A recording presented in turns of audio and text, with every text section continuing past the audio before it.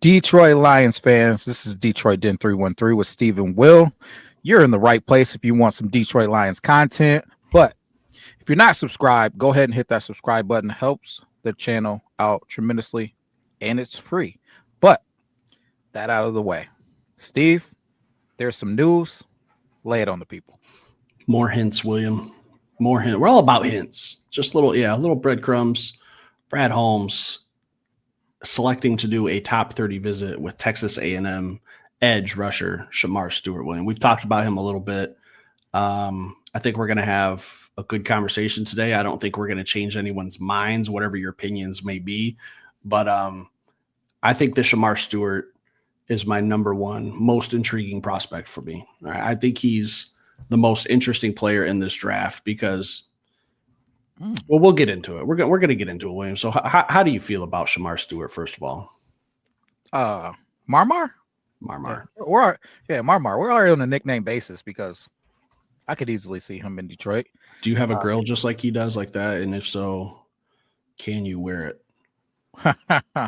I do not have a grill like that, but I tell you what, if we draft him, maybe I'll look into it if he's more productive than he was in college. But we'll get to that point. Now, what are they going to say about Shemar Stewart? They're going to say lack of production. They're going to say that this dude should not be drafted in the first round because he doesn't get sacks. What's the first thing that Will's going to say? Turn on the film. If you watch this channel, first thing that I'm going to say is turn on the film. Sacks or no sacks, this young man is disruptive. He's a problem. He's not easy to deal with. Like him because of that. There's some things that Brad Holmes likes. It's tried and true. He's not over time been looking to get a guy who's small and fast, lean and fast, opposite of Aiden Hutchinson. Nothing has shown that he wants to do that. Everything says he wants a big, powerful man opposite of Aiden Hutchinson. And if that man can offer pass rush, cool. But the first thing he wants him to do is be able to stop the run. That is describing Shemar Stewart. But he has more. And then there's more, right? So he can offer some pass rush. The dude's a freak athlete. Look at the combine. He did all types of freaky, twitchy things. Let's just look at it right here, William. Just a perfect raw athletic score. That's what Ras is. A 10. He got an absolute 10. Now, the highest player I can remember in recent memory was Jack Campbell for the Detroit Lions. And I think he was like a 9.67 or something. Tested off the charts for all linebackers. So here's all of Shemar Stewart's measurables. 6'5". We'll round it up. We'll call it 270. Vertical, 40 inches. Broad jump, 10-11. 40-yard dash, 4.59. 10-yard split, 1.58. Just an absolute problem, William. But the production's not there. So is that a immediate no for you, or is that an immediate I can work with that type player? Well, first thing I'll say is I'll give the people the stats. 2022, 1.5 sacks. 2023, 1.5 sacks. 2024, you're not going to believe this. 1.5 sacks. 1.5. Yeah. 1.5. The definition of consistency. Yeah, literally the definition of consistent. If you look at that, man, you're going to say to yourself, man, this dude, he's not a dude that we want opposite of Aiden Hutchinson because we want a dude. The dream is to have a guy that can produce and get sacks as well. Listen, number one, I don't know that that's the Detroit Lions' dream to have a guy like that. That's one. Two, he is a guy who can get sacks because I've watched him, if you watch the film, continuously just miss sacks, continuously just have a struggle to finish at the end of it. You know what you can do with a guy that has all of the tools to get something done, but just isn't quite getting it done yet, Steve? Coach him up, man. Coach him up. And I think Casey Rogers would be drooling about having Shemar Stewart. I can't remember if we did it the first show, if we talked about him with Michael Williams. I think Michael Williams was the first show. I don't know if we did him and Shemar or if he was the next one, but he was one of the top 3 guys that we did as prospect profiles in the beginning. And people immediately were saying, hey, listen, this is a dude that's probably going to get drafted in the second or the third round. He didn't get sacks. He didn't do this. And then I told you guys you were nuts. Again, I'm going to tell you you're nuts. This is a dude that's going to get drafted in the first round, in my opinion.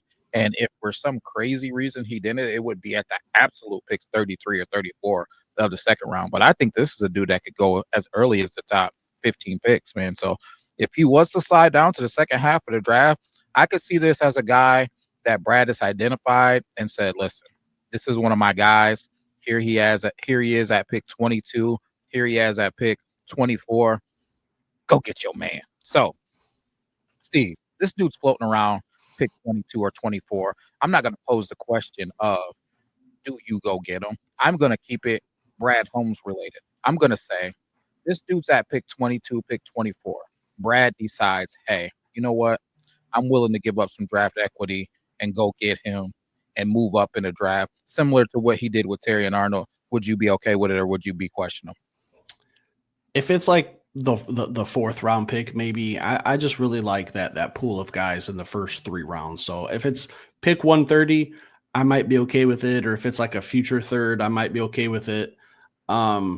Listen, I think there's a real reason why Shemar Stewart kind of lacked production.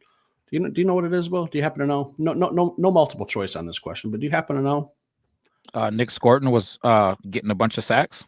Nick Scorton, Shemar Turner, like Texas A&M might have had the best defensive line in college football last year. Like it's right there probably with Ohio State. Like they're putting some guys in the NFL. Shemar Turner, Shemar Stewart, Nick Scorton, like someone had to overly eat there, and it happened to be Nick Scorton, but that doesn't mean that he's the most athletic.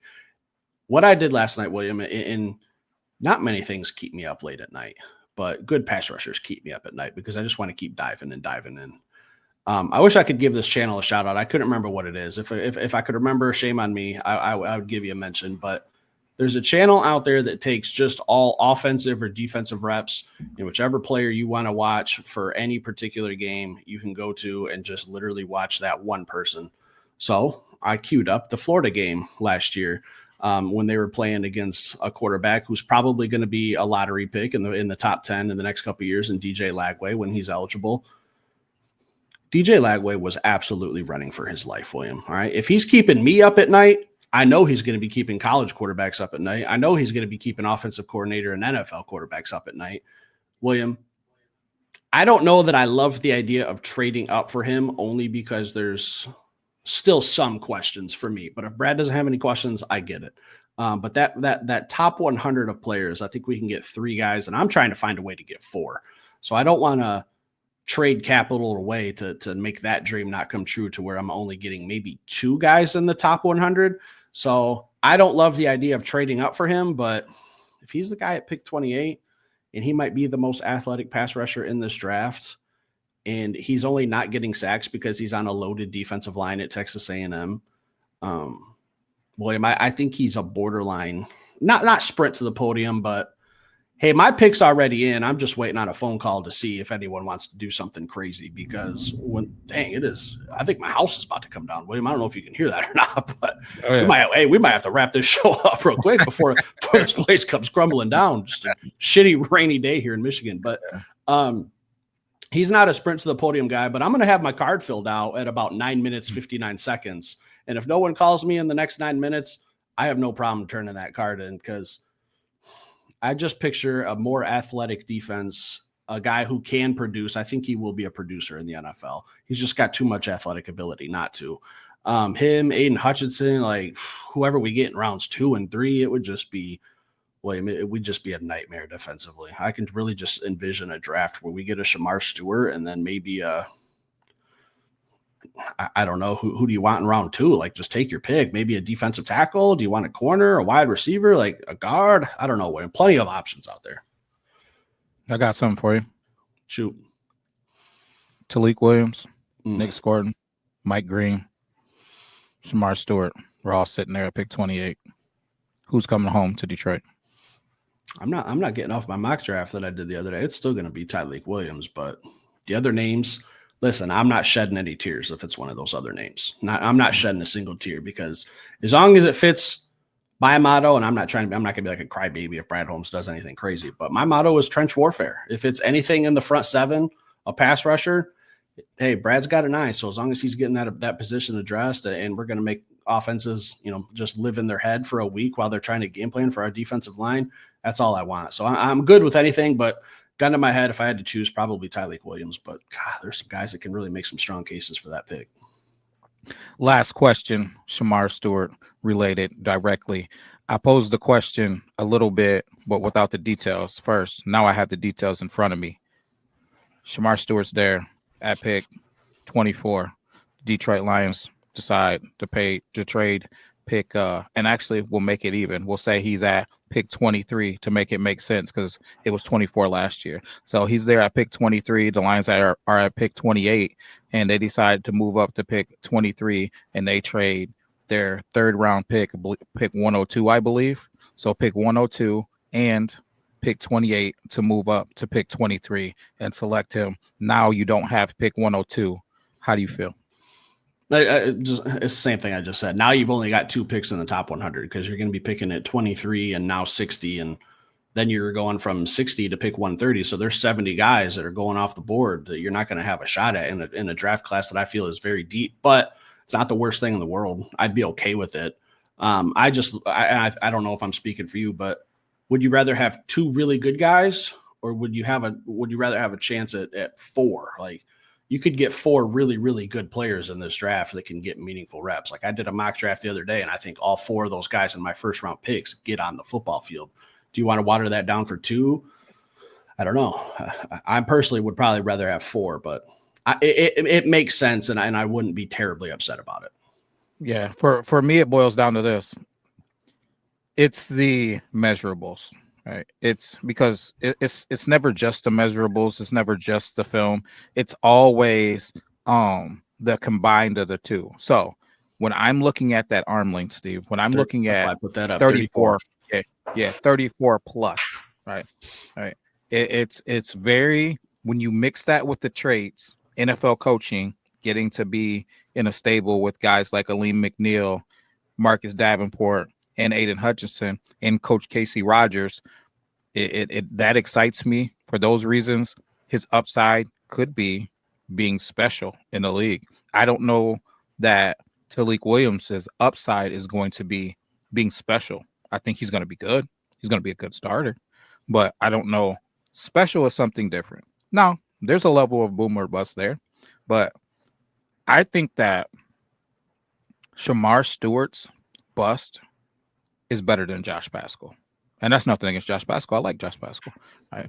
So I think that his bust is probably better than what Levi Onwuzurike offers as an edge. And I know he's a guy that plays down inside a lot of the snaps, but I think it's still better at the edge position. So basically, I'm saying his bust is better than everything that we have besides Aiden Hutchinson as edge rushers. And he'll be able to stop and be stout in the run game. So worst case scenario, you got a guy who's stout in the run game that's going to be a flash in the pan and get you a sack here or there or get you some hurry. So for those reasons, man, that excites me.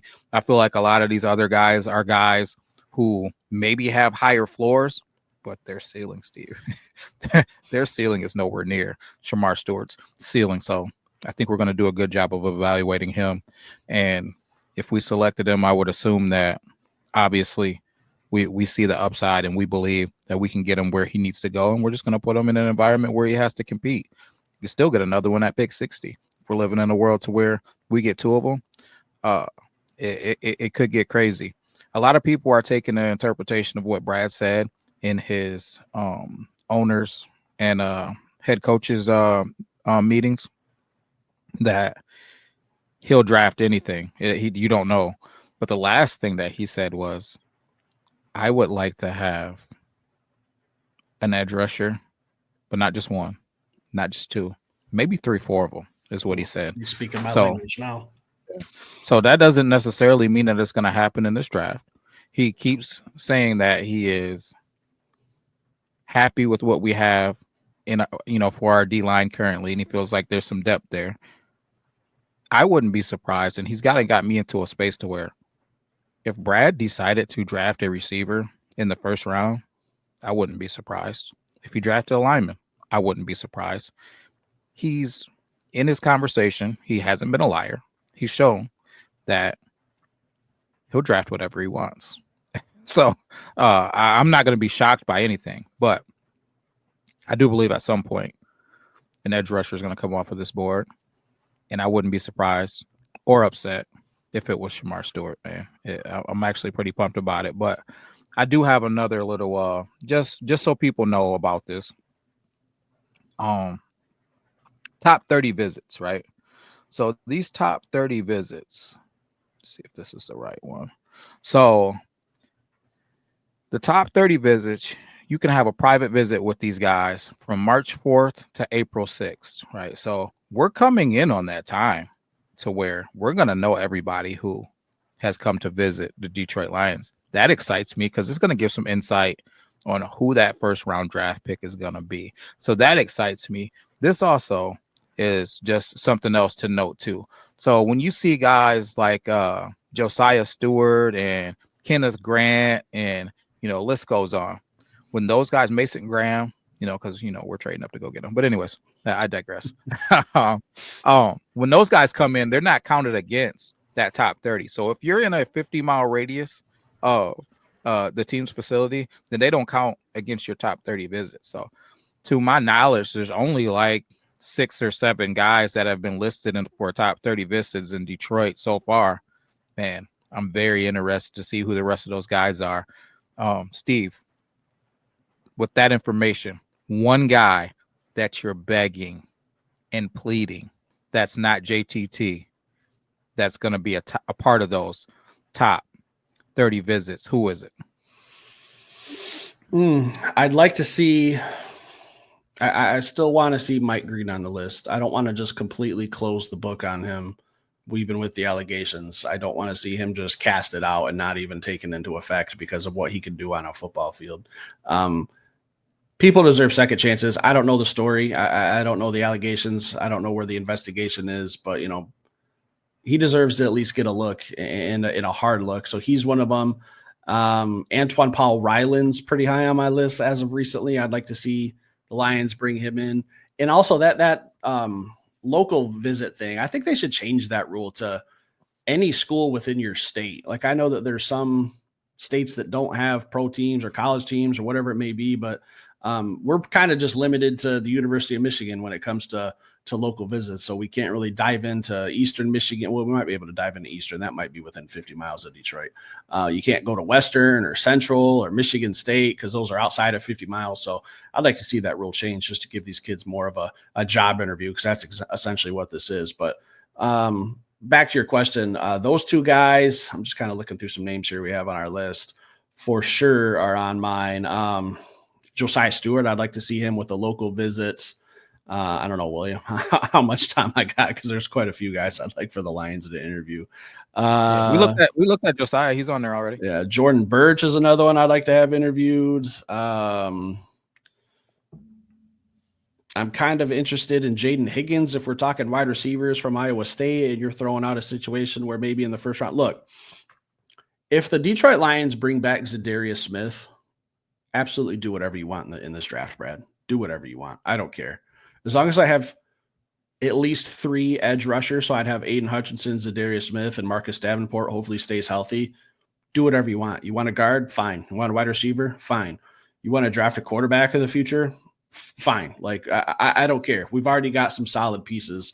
There's still some guys I would want. Landon Jackson's a name that I'd like to have interviewed as well while I'm thinking about it. So if we brought back Zadarius Smith, and Brad Holmes has said that the book's not closed, he's still in contact with his agent. And also something that Coach Campbell said very recently, when everyone in any interview, I feel like asks Dan and Brad about the defensive line. And Brad went out, or Dan went out the other day and said, look, I think we've made some really nice additions to the defensive line, and that doesn't mean we're done yet.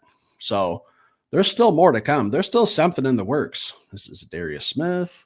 I know Calais Campbell signed with the Arizona Cardinals. Arizona Cardinals the other day. I don't know what that's all about. Have fun, 4th place again. But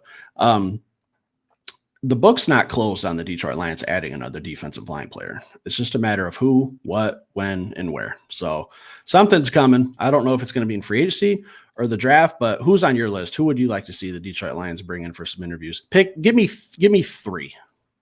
Well, I'll tell you this: it's tough to give you 3, Steve, when you literally named every pick in the whole draft. I named like 4. What are we talking? What are we talking about here? But listen, obviously, my first one, I'm still pounding the table for Landon Jackson. I know you mentioned him, but he's so high on my list that I got to reiterate. I still love him, even though you're seeing in my mock drafts, I didn't get the opportunity to get him. It's just because he's outside of the pick 28 for me, and he's before pick 60, and we've been doing mock drafts to where we don't trade. But he's definitely somebody that I would be very interested in. But if we're talking about guys that you didn't name, the first one that comes off of the board for me is Derek Harmon. Like, yeah, I'm pounding the table for him. He's a pass rusher, man. He's a defensive tackle. He's going to be able to do all the things you need a defensive tackle to do, and he's going to be able to pass rush. So the thought process on a passing situation of having him and Aleem McNeil and whatever edge rusher you decide to select at pick 60, it excites me. It makes me feel like, man, now we're in a situation to where we are really getting after that passer and making them feel uncomfortable. After that, Deion Walker, same, keeping the defensive tackle. I've talked about freak show. the dude is an absolute mammoth of a man. That's another one. And he's so athletic, even at 6'7", 3 million pounds, he's still dropping back in the coverage and doing athletic things. Dude's just an athletic freak. So he's another one that really excites me, man. And then obviously we've pounded the table for Kyle Williams. Got to see a visit from him. Kyle Williams is an Amon-Ra St. Brown type of guy, a guy that I believe is supremely underrated in this draft, who can go out and if he got into the NFL and started being a guy who jumped into that top 25, top 20, top 15 receiver list, I wouldn't be surprised. The dude can do all the things you need a receiver to do. He just didn't get an opportunity to play on the main stage. So those would be some guys that immediately stick out to me as guys I would love to see coming and visit the Detroit Lions. My last thing, I know this was kind of a show based around Shemar Stewart. For me, when it comes to him, there's just certain guys. Don't go to ESPN and look at his stats. Don't go to ESPN and look at his production and his numbers. Sit down, go to YouTube, just type in Shemar Stewart. Just watch him play football and tell me that you don't think that he's a guy that would make a difference on a football field, because that's exactly what I have to do. Stats aren't there. He's got what's that, like 5.5 sacks in 3 seasons? It's not great. He was on a heavy defensive line there in Texas A&M, and he wasn't the main guy, but I think he's the most athletic guy. And if you're an offensive coordinator in college and you're going against Texas A&M and you're thinking they got 3 absolute junkyard dogs over there, what's my game plan? I'm having my quarterback get rid of that ball as absolutely fast as possible, because I'm not sitting in that pocket and letting them just barrel down on me. I'm doing some bubbles, some screens, whatever I can do to get that ball out of my hand as fast as possible. So don't look at just the production. Sit down, watch some film. Tell me that he's not a difference maker on a football field, because I picture him with the Detroit Lions. He gets after the quarterback. He will eventually learn how to sack the quarterback. I think if that's the only thing we really have to do is teach this kid how to finish, if that's my only question mark is, can he get to the quarterback and finish? I think we'd have a home run pick. That's the last thing I got for tonight, Will. Are you willing to wait? Are you willing to wait 1 to 2 seasons to get that out of him? That's the bottom line for me. And that's the only question. Are you willing to wait for him for a season or 2? I don't think we'd even really have to wait. Like, he could come into the NFL and just be, I could literally see him being defensive player of the year. Have I said that about anyone yet this year, William? Not to my knowledge. No, I have not said that anyone has defensive player of the year athleticism, and I think he does. So I could kind of see him having a number line like a Will Anderson for the Houston Texans a couple years ago. Not a crazy stat line, 8 sacks, something like that as a rookie. I think that'd be absolutely phenomenal, and it's not out of the question. He gets to the quarterback. He's pressuring. The quarterbacks get rid of the ball super fast. I think he would be in the top 3 for defensive player of the year, because if that's the only thing he has to do is finish, buddy, like, the more I think about it, Will, the more I am kind of thinking, all right, I might need Shemar Stewart as a Detroit Lion. I like the idea, but I like the idea under the preface that you're going to have to wait for him, in my mind. he reminds me of Walker with the Jags. I don't think he comes into the league and he sets the league on fire, similar, to like Aiden Hutchinson did. I feel like Aiden Hutchinson should have been Defensive Player of the Year. Aiden Hutchinson has either the same amount of sacks or the same amount of interceptions or more interceptions than Sauce Gardner. Triple the numbers, William. I think it's 3-1. Yeah. So and Sauce Gardner was Defensive Rookie of the Year. So I think Shemar Stewart will be similar to Walker in a sense of it might take him a season or two to really get his legs under him and start to understand exactly how to hand fight, exactly how to finish, exactly how to lean and to use his leverage and to use his athletic prowess. But once he gets it, I think it'll be a problem. So I'm thinking about who Aiden Hutchinson, because Aiden Hutchinson isn't the Aiden Hutchinson that he's going to be either. I think he's still ascending, man. I think he's still getting better. So I think about Aiden Hutchinson in 2 years at the peak of his career, the best that he's going to be almost. And then Shemar Stewart figuring it out.